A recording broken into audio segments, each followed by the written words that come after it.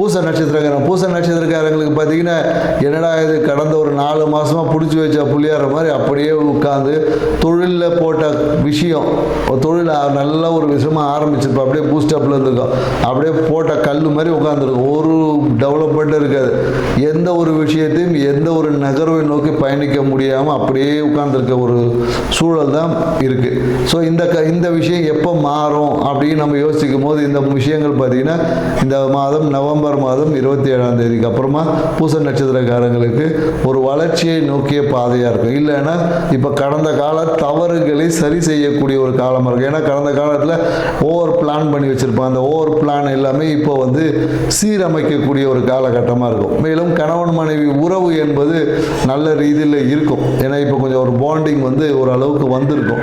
மேலும் இந்த காலத்தில் தந்தையோட தன்மை வந்து கொஞ்சம் சரியில்லாதனால அப்பாவாலேயே பார்த்தீங்கன்னா கணவன் மனைவி ஒரு பிரச்சனைக்கு அதுதான் காரணமாக இருக்கும். இந்த காலத்தில் தந்தையை கொஞ்சம் அமைதியாக தந்தைக்கு தேவையான விஷயங்களை நீங்கள் செஞ்சு கொடுத்துட்டீங்கன்னா போதும், அவரோட வேலையை அவர் பார்த்தா போதும், அவருடைய ஆலோசனையை இந்த காலகட்டத்தில் கேட்காம இருக்கிறது தான் உங்களுக்கு பரிகாரமே.